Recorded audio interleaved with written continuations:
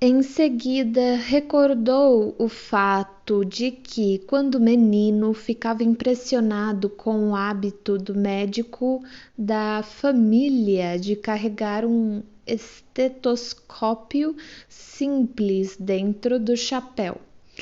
Ele achava interessante que o médico sempre tivesse seu principal instrumento à mão ao visitar seus pacientes e que só precisasse tirar o chapéu, abre parênteses, e uma parte da roupa, fecha parênteses, e puxá-lo para fora. Quando menino, ele fora intensamente apegado a esse médico, e uma breve autoanálise permitiu-lhe descobrir que, na idade de 3 anos e meio, ele tivera uma dupla fantasia a propósito do nascimento de uma irmãzinha menor, a saber que ela era filha, primeiro dele e de sua mãe, e segundo dele e do médico. Nessa fantasia, portanto, ele desempenhava tanto o papel masculino quanto feminino. Lembrou-se ainda de ter sido examinado por esse mesmo médico quando tinha 6 anos e recordou nitidamente a sensação voluptuosa de ter a cabeça do médico perto dele, pressionando o estetoscópio em seu peito, bem como o movimento rítmico de sua respiração, indo e vindo. Aos 3 anos de idade, ele tivera uma afecção crônica no peito que exigira exames repetidos, embora ele realmente já não conseguisse lembrar desse fato em si. Aos 8 anos, ele se impressionou quando um menino mais velho lhe disse que era costume do médico ir para a cama com suas pacientes. De certo, havia algum fundamento para esses boatos e, em todo caso, as mulheres da vizinhança, inclusive sua própria mãe, eram muito afeiçoadas a esse médico jovem e bonito. Ele próprio, em diversas ocasiões, já experimentara tentações sexuais em relação às suas pacientes. Apaixonara-se por 2 delas e finalmente se casara com outra.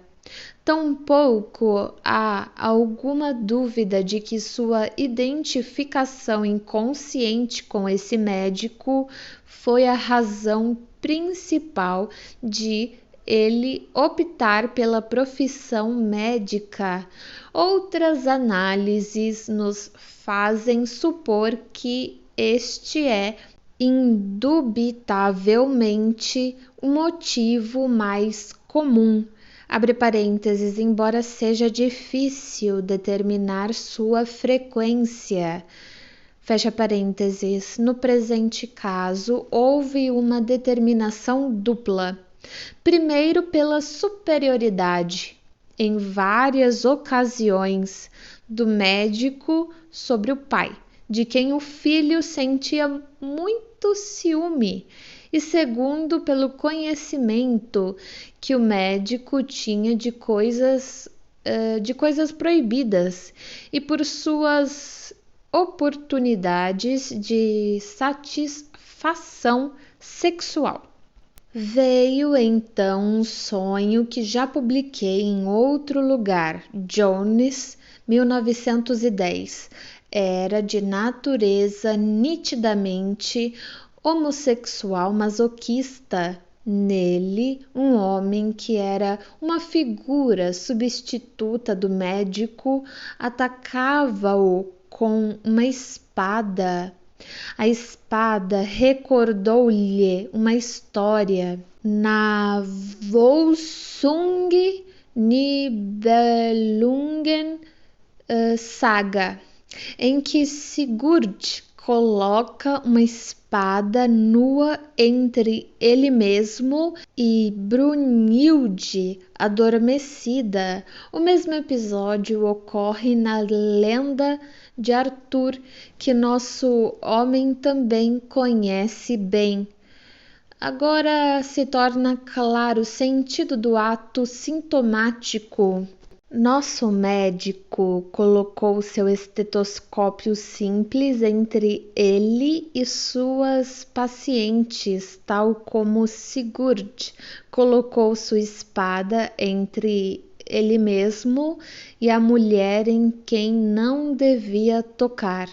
O ato foi uma formação de compromisso, serviu a duas moções: ceder na imaginação ao desejo suprimido de manter relações sexuais com alguma paciente atraente, mas, ao mesmo tempo, lembrar que esse desejo não podia ser realizado.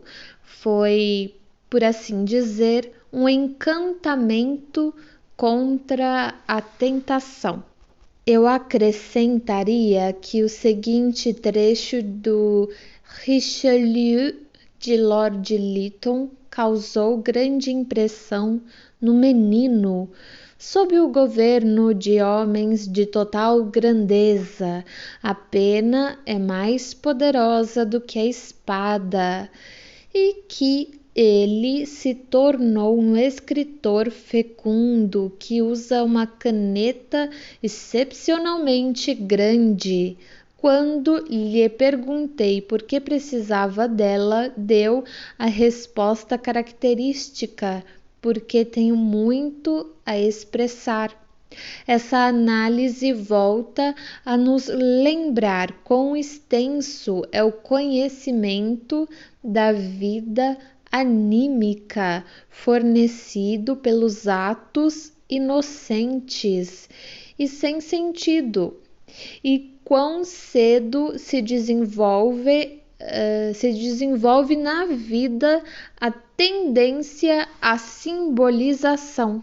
Posso ainda citar de minha experiência psicoterapêutica um caso em que um testemunho eloquente foi fornecido por uma mão que brincava com um pedaço de miolo de pão.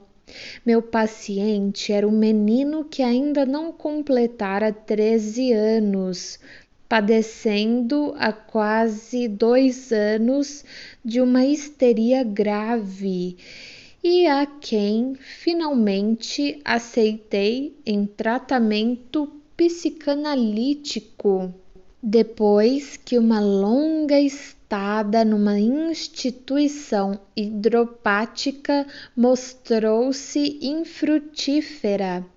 Parti do pressuposto de que ele deveria ter tido experiências sexuais e estaria atormentado por questões sexuais, o que era bastante provável em sua idade.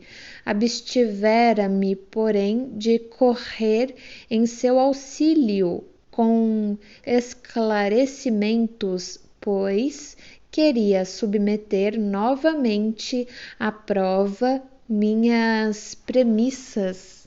Permiti-me, portanto, aguardar com curiosidade para ver de que modo se esboçaria nele o que era buscado.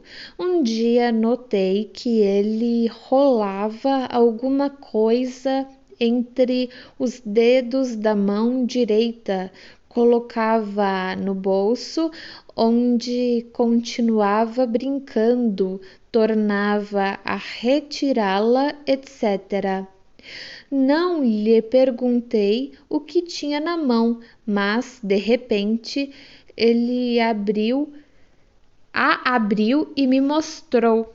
Era um pedaço de miolo de pão amassado. Na sessão seguinte, ele tornou a trazer um pedaço semelhante e dessa vez, enquanto conversávamos, pôs-se a modelar com incrível rapidez e de olhos fechados umas figuras que despertaram meu interesse. Eram, sem dúvida, homenzinhos com cabeça, 2 braços e 2 pernas, como os mais toscos ídolos pré-históricos, e com um apêndice entre as pernas que ele espichou numa ponta comprida. Mal terminou um desses homenzinhos, tornou a amassá-lo. Mais tarde deixou-o ficar, mas puxou apêndices semelhantes da superfície das costas e de outras partes do corpo para ocultar o sentido do primeiro. Quis mostrar-lhe que eu o havia entendido, mas ao mesmo tempo queria tirar-lhe o pretexto de que não teria havido nada de imaginário nessa atividade de modelar esses seres humanos. Com esse objetivo, perguntei-lhe se ele se lembrava da história do rei romano que fez uma pantomima no jardim para dar uma resposta a um mensageiro do filho. O menino não conseguiu lembrar-se, embora devesse tê-la aprendido muito mais recentemente do que eu. Perguntou se era a história do escravo e da resposta escrita em sua cabeça raspada. Não, retruquei, essa pertence à história grega e contei-lhe. O rei Tarquino, o soberbo, fizera seu filho Sexto entrar furtivamente numa cidade latina inimiga. O filho que entre mentes reunira adeptos nessa cidade enviou um mensageiro ao rei perguntando que medidas deveria tomar a seguir. O rei não respondeu, mas foi até o jardim, fez com que a pergunta lhe fosse repetida ali, então, em silêncio, cortou as copas das papoulas mais altas e mais belas. O mensageiro não teve outra alternativa senão relatar isso a Sexto, que entendeu o pai e providenciou para que os cidadãos mais ilustres da cidade fossem eliminados por assassinato. Enquanto eu falava, o menino parou de amassar e, quando passei a descrever o que o rei fez em seu jardim e cheguei às palavras, abre aspas, em silêncio, cortou, fecha aspas, ele fez um movimento rápido como um raio e arrancou a cabeça de seu homenzinho. Também ele me entendera, notara ter sido entendido por mim. Pude então fazer-lhe perguntas diretas, dei-lhe as informações de que precisava e, em pouco tempo, pusemos fim à neurose. Os atos atos sintomáticos que podem ser observados em abundância, quase inesgotável, tanto nas pessoas saudáveis quanto nas doentes, merecem nosso interesse por mais de um motivo. Para o médico, servem frequentemente de indícios valiosos para se orientar em situações novas ou pouco conhecidas. Para o observador da natureza humana, frequentemente revelam tudo. Travessão. E, às vezes, até mais do que ele desejaria saber. Quem está familiarizado com a valorização deles pode, às vezes, sentir-se como o rei Salomão, que, segundo a lenda oriental, entendia a linguagem dos animais.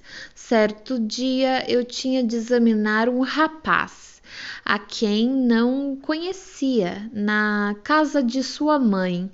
Quando ele se encaminhou para mim, reparei uma mancha grande em sua calça. Travessão, feita por clara de ovo, como pude reconhecer pela rigidez peculiar das bordas. Depois de um embaraço momentâneo, o rapaz se desculpou e disse ter se sentido rouco e por isso bebido um ovo cru. Era provável que um pouco de clara escorregadia tivesse pingado em sua roupa. Para confirmar isso, apontou para a casca do ovo, ainda visível no quarto sobre um pratinho. Assim se deu a mancha suspeita, uma explicação inocente quando sua mãe nos deixou a sós, porém agradeci-lhe por ter me facilitado tanto o diagnóstico e, sem mais delongas, tomei como base de nossa conversa sua confissão de que sofria de problemas provenientes da masturbação. Em outra ocasião, eu fazia uma visita a uma dama que era tão rica quanto avarenta e tola, e que tinha o costume de dar ao médico a tarefa de elaborar um batalhão de queixas antes de chegar à causa simples de seu estado. Quando entrei, ela estava sentada frente a uma mesinha ocupada em dispor florins de prata em pequenas pilhas. Ao se levantar, derrubou algumas moedas no chão. Ajudei-a a apanhá-las e pouco depois interrompi-a na descrição de suas desgraças e perguntei: então seu nobre genro tem-lhe custado tanto dinheiro assim? Ela respondeu com uma negativa exasperada, mas pouco depois já me narrava a triste história da aflição que lhe causava o esbanjamento de seu genro. Entretanto, é certo que nunca mais mandou me chamar. Não posso afirmar que sempre se façam amigos entre aqueles a quem se informa o sentido de seus atos sintomáticos. O Dr. J.E.G. Van Emden, entre colchetes, Raia, relata outro caso de confissão por ato falho. Ao apresentar-me a conta, o garçom de um pequeno restaurante em Berlim declarou que, por causa da guerra, o preço de certo prato fora aumentado em 10 centavos de marco. Quando lhe perguntei por que isso não constava no cardápio, ele retrucou que obviamente se tratava de um descuido, mas com certeza era como dizia. Ao embolsar o dinheiro, foi desajeitado e deixou cair na mesa uma moeda de 10 centavos, bem na minha frente. Agora tenho certeza de que você cobrou a mais. Quer que me informe na caixa? Desculpe, um momento, por favor. E lá se foi ele. Evidentemente, permiti-lhe a retirada e, passados uns 2 minutos depois que ele se desculpou por ter inexplicavelmente confundido meu prato com outro, deixei-o ficar com os 10 centavos, como recompensa por sua contribuição para a psicopatologia da vida cotidiana. Qualquer um que se disponha a observar o próximo durante as refeições poderá identificar nele os mais belos e instrutivos atos sintomáticos. Assim relata o Dr. Hans Sachs. Ocorreu-me estar presente quando um casal idoso de parentes meus fazia sua ceia. A senhora sofria do estômago e tinha de observar uma dieta muito rigorosa. Um prato de carne assada acabara de ser colocado diante do marido e ele pediu à mulher proibida de partilhar dessa iguaria que lhe passasse a mostarda. A mulher abriu o armário, enfiou a mão lá dentro e colocou na mesa diante do marido o frasquinho com suas gotas para o estômago. É claro que não havia entre o vidro e a mostarda em forma de barril e o frasquinho de remédio nenhuma semelhança que pudesse explicar o lapso. Mesmo assim, a esposa só percebeu sua troca quando o marido sorridente chamou-lhe a atenção para isso. O sentido desse ato sintomático nem precisava de explicação. Devo ao Dr. B. Datner de Viena um excelente exemplo desse tipo, habilmente aproveitado pelo observador. Eu estava almoçando num restaurante com meu colega H. doutor em filosofia.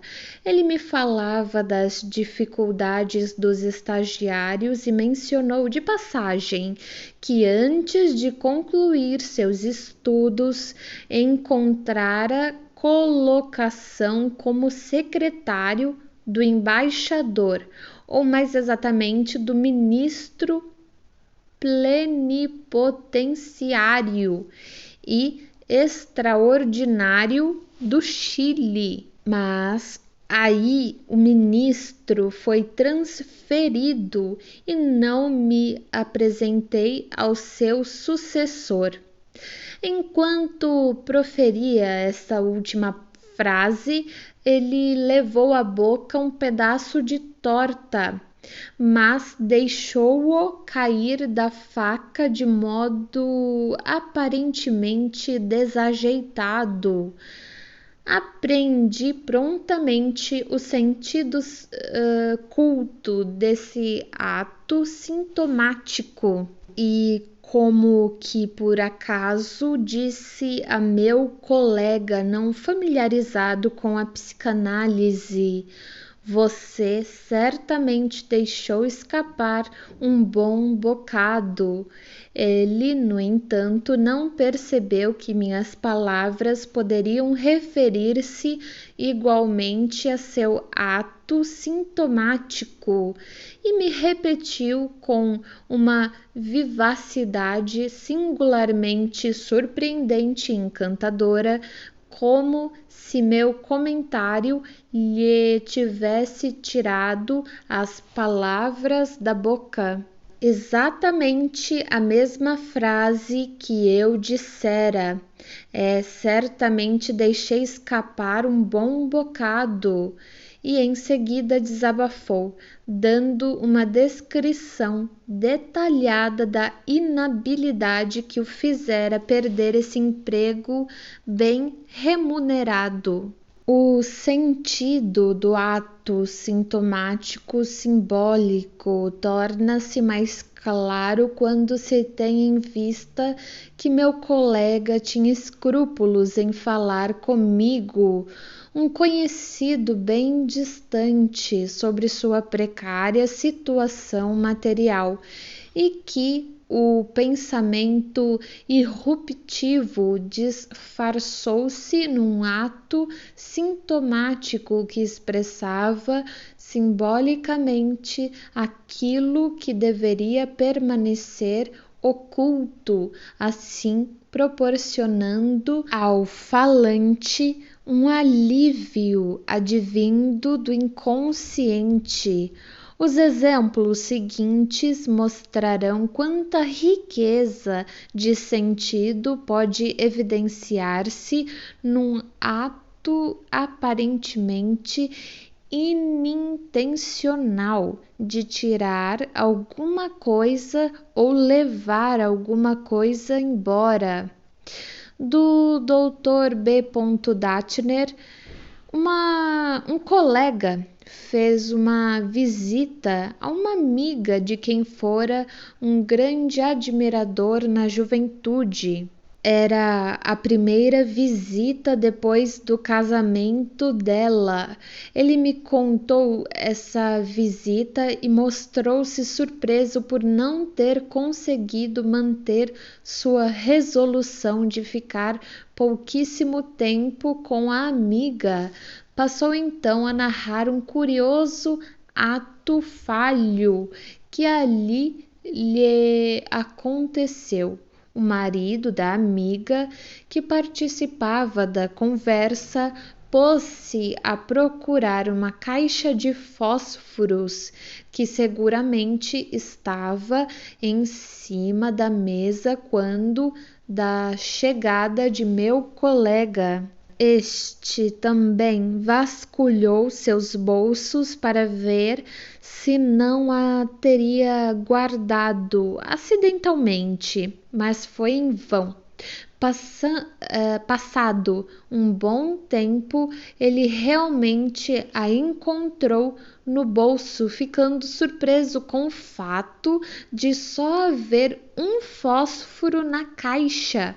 Travessão. Poucos dias depois, um sonho que mostrava com insistência o simbolismo da caixa de fósforos e versava sobre essa mesma amiga da juventude, confirmou minha explicação de que o ato sintomático de meu colega visara a reclamar direito de prioridade e a representar sua pretensão de posse exclusiva. Abre parênteses, apenas um fósforo na caixa, fecha parênteses. Do Dr. Hans Sachs. Nossa empregada gosta particularmente de certo tipo de torta. Não há dúvida possível quanto a isso, pois este é o único prato que ela sempre faz bem feito. Num domingo, ela nos preparou essa torta, colocou-a sobre o guarda-louças, recolheu os pratos e talheres usados na refeição empilhou-os na bandeja em que trouxera a torta, e então, em vez de pôr a torta na mesa, tornou a colocá-la sobre a pilha de pratos e desapareceu com ela na cozinha. No começo, pensamos que ela reparara em algo a ser consertado na torta, mas como não reaparecia, minha mulher a chamou e perguntou: Pet, o que aconteceu com a torta? Por que? Retrucou a empregada sem entender. Primeiro tivemos que explicar-lhe que ela tornara a levar a torta. Pusera-a na bandeja, levara-a de volta e aguardara sem reparar. Travessão. No dia seguinte, quando nos preparávamos para comer o restante da torta, minha mulher notou que havia a mesma quantidade que sobrara da véspera, ou seja, a moça havia rejeitado a parte que lhe cabia desse prato predileto. Quando lhe perguntamos por que não comera a torta, respondeu um pouco envergonhada que não sentira vontade. Travessão. A atitude infantil é muito clara nas duas situações. Primeiro, a insaciabilidade infantil, que não quer partilhar com ninguém o objeto de seus desejos, e depois a reação igualmente infantil de desafio. Se vocês estão me dando de má vontade, podem guardar para vocês. Agora não quero mais nada. Os atos casuais e sintomáticos que ocorrem com as coisas ligadas ao casamento costumam ter um sentido extremamente sério e podem induzir os que não querem se preocupar com a psicologia do inconsciente a acreditarem em presságios. Não é um bom começo quando uma jovem esposa perde sua aliança de casada na lua de mel, embora na maioria das vezes ela esteja apenas extraviada e torne a ser encontrada. Travessão. Conheço uma senhora, agora divorciada do marido, que na administração de seus bens frequentemente assinava documentos com o nome de solteira, muitos anos antes de realmente reassumi-lo. Travessão. Certa vez fui hóspede de um par de recém-casados e ouvi a jovem esposa descrever entre risos sua última experiência. No dia seguinte, à volta da lua de mel, ela chamara a irmã solteira para fazer compras, como nos velhos tempos, enquanto o marido cuidava de seus negócios. De repente, reparou num senhor do outro lado da rua e, cutucando a irmã, exclamou: Olhe, lá vai o senhor L. Esquecera-se de que esse senhor já era seu marido há algumas semanas. Senti um calafrio ao ouvir esse relato, mas não me atrevi a tirar conclusão. Essa historinha só tornou a me ocorrer alguns anos mais tarde, depois que o casamento teve um desfecho muito infeliz. De um dos notáveis trabalhos de Alphonse Maeder, publicados em francês, Maeder, 1906, extraiu a extraio a observação que se segue e que também poderia ter sido incluída entre os exemplos de esquecimento. Une dame nos raccontai recentemente quelle avati oublié desire sa robe de noce et sien sovinte la vielle du mariage a 8 eures du soir la couturière désespérante de voir ses clients. Ce détail suffit à montrer que la fiancée ne se sentait pas très heureuse de porter une robe de plus. Elle cherchait à oublier cette représentation pénible. Elle est aujourd'hui divorcée. Amigo que aprendeu a reparar nos sinais contou-me que a grande atriz Eleonora Duse introduz num de seus papéis um ato sintomático que mostra claramente as profundezas de onde ela extrai sua arte cênica. Trata-se de um drama de adultério. Ela acabou de ter uma altercação com o marido e agora está absorta em seus pensamentos antes que seu sedutor se aproxime. Durante esse breve intervalo, ela brinca com sua aliança de casamento, tirando-a e repondo-a no dedo, e depois volta a tirá-la. Agora está pronta para o outro. Acrescento aqui um relato de Theodor Hayek, 1915, sobre alguns outros atos sintomáticos relacionados com alianças. Conhecemos os atos sintomáticos que as pessoas casadas costumam executar, tirando e recolocando suas alianças. Meu colega M produziu uma série desses atos sintomáticos. Uma jovem que ele amava o presenteara com um anel, recomendando-lhe que não o perdesse.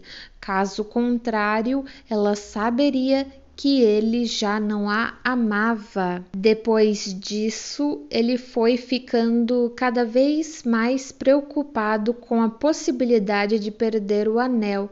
Se o tirava temporariamente, abre parênteses, por exemplo, enquanto se lavava, fecha parênteses, esquecia regularmente onde o havia colocado, de modo que com frequência só conseguia reencontrá-lo depois de uma longa busca.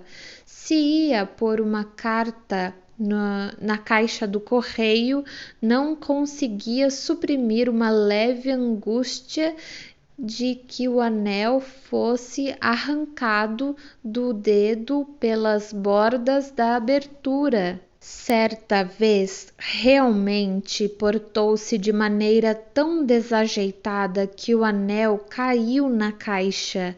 A carta que ele estava remetendo nessa ocasião era um texto de despedida de uma ex-amada diante de quem ele se sentia culpado. Ao mesmo tempo, despertou nele uma saudade dessa outra mulher, o que entrou em conflito com seus sentimentos em relação a seu atual objeto de amor.